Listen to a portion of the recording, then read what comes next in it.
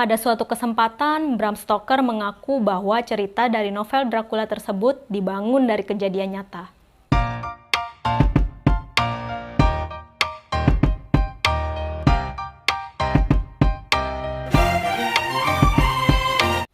Hi friend, welcome to Jo TV with me, Joanita. Kali ini aku kembali menyapa kalian dengan video terbaru. Tapi sebelumnya aku mau tanya ke kalian, apa yang ada di pikiran kalian saat melihat gambar ini? Oke, pasti kalian menjawab itu Dracula atau vampir atau makhluk penghisap darah. Tapi pernah nggak sih kalian penasaran tentang makhluk yang satu ini? Benar nyata atau hanya fiksi saja? Bersama kalian, aku akan bahas mengenai sosok Dracula yang sangat melegenda ini. Let's check it out. Kisah makhluk penghisap darah ini merupakan cerita rakyat dari Eropa Tengah yang diceritakan secara turun-temurun sejak berabad-abad yang lalu. Pada saat itu lebih populer dengan sebutan Nosferatu atau mayat hidup. Kalau sekarang mungkin zombie ya namanya. Nama Dracula menjadi terkenal di dunia sejak diterbitkannya novel yang berjudul Dracula karya Bram Stoker, seorang penulis novel gothic horror asal Irlandia pada 26 Mei 1897.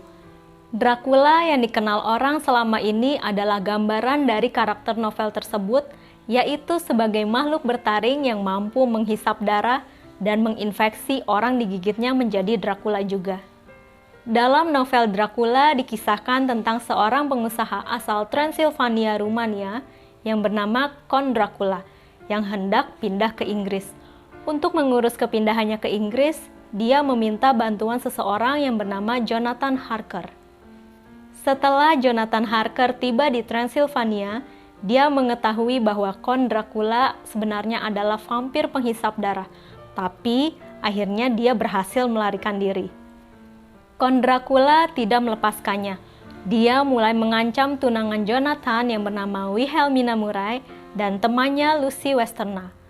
Lucy sendiri akhirnya menjadi vampir penghisap darah. Dr. John Seward, salah satu pengagum Lucy, meminta pertolongan gurunya yaitu Profesor Abraham Van Helsing untuk membasmi Count Dracula.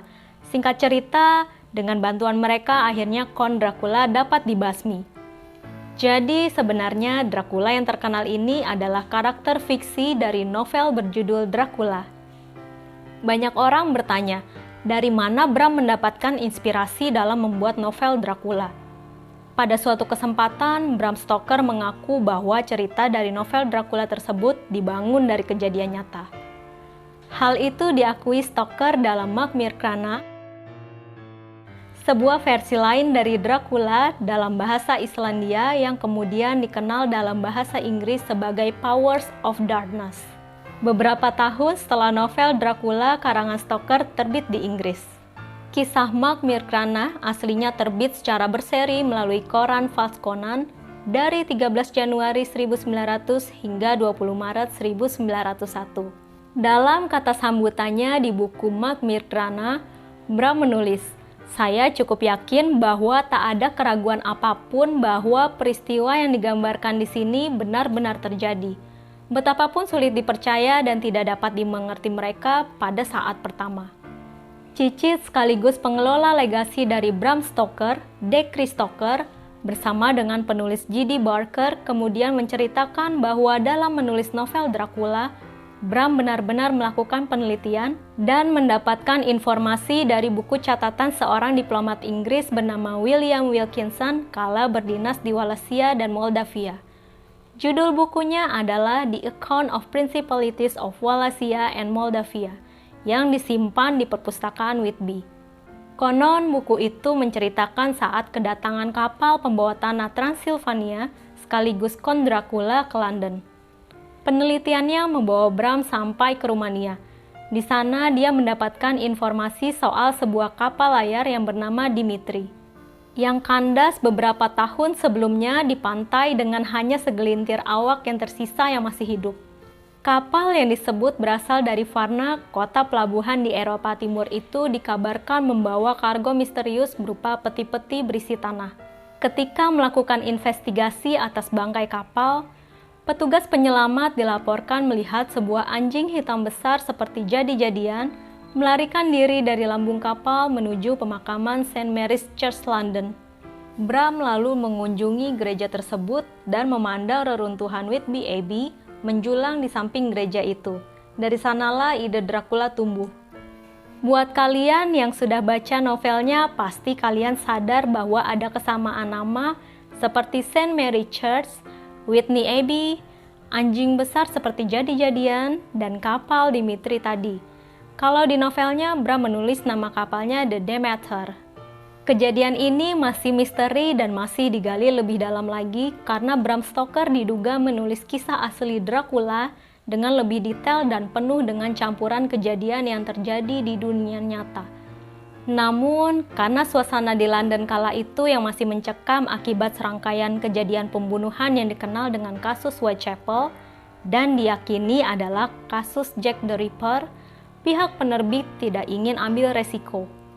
Pihak penerbit mendesak Bram untuk menyensor dan mengganti dengan kisah yang lebih fiksi karena tak ingin publik gempar dan menimbulkan kepanikan massal. Diduga sebanyak 101 halaman pertama novelnya telah dibuang dan ceritanya lebih dipersingkat. Yang menambah keyakinan bahwa novel ini dibangun dari cerita nyata adalah ditemukannya manuskrip Dracula yang diyakini asli pada dekade 80-an di sebuah gudang di desa kawasan Pennsylvania. Gak ada yang tahu bagaimana naskah itu bisa ada di sana. Kini manuskrip itu dipegang oleh salah satu pendiri Microsoft, Paul Allen. Isi manuskrip itu dimulai dari halaman 102. Halaman itu adalah bab jurnal Jonathan Harker dalam perjalanan kereta tanggal 3 Mei, persis dengan novel yang terbit di pasaran hingga saat ini. Mungkinkah bagian yang hilang dari 101 halaman pertama berisi cerita yang dianggap terlalu nyata, atau menakutkan, atau mungkin lebih gelap? Gimana menurut kalian? Apakah kalian percaya bahwa Bram menemukan kisah nyata lalu dituangkan ke dalam novel? Komen di bawah. Selanjutnya adalah cerita yang paling banyak dipercaya orang sampai saat ini, bahwa Bram sang penulis terinspirasi dari kejadian nyata kekejaman seorang pangeran yang berasal dari Wallachia, Rumania, yaitu Vlad ketiga, atau yang lebih dikenal dengan nama Vlad ketiga Dracula. Nama belakangnya Draculea, memiliki arti anak sang naga. Karena ayahnya, Vlad II Dracul menerima julukan tersebut setelah bergabung dengan Ordo Naga, kelompok yang melawan Kekaisaran Ottoman Turki. Saat masih muda, Vlad III sempat ditawan Kekaisaran Ottoman di Turki. Selama itu, ia dan adiknya diajari berbagai ilmu pengetahuan, filsafat, dan seni. Vlad juga menjadi penunggang kuda dan prajurit yang terampil. Ada juga laporan yang menyebut ia ditahan dan disiksa. Dia juga menjadi saksi penyulaan yang dilakukan oleh Kekaisaran Ottoman. Sula sendiri adalah metode pembunuhan dengan cara menusukkan tiang pancang sebesar lengan orang dewasa ke bagian dubur korbannya dan mendirikan pancang tersebut. Zaman dulu banyak cara dipakai untuk menghukum orang ya, seperti dipenggal dengan guillotine, dibakar hidup-hidup. Kalau zaman sekarang, mungkin seperti disetrum di kursi listrik, disuntik mati, atau mata ditutup ditembak mati. Cara tersebut dia juga terapkan kepada musuh-musuhnya, dan saat memerintah di Wallachia, Rumania, di mana dia menghukum para bangsawan dan keluarganya, dan mengambil tanah mereka untuk dibagi-bagikan kepada petani kecil yang setia kepadanya. Ia kemudian dikenal dengan nama Vlad Sepe atau Vlad Sang Penyulah. Di Jerman dan negara Eropa Barat lainnya, Dracula dipandang sebagai penguasa berdarah dingin.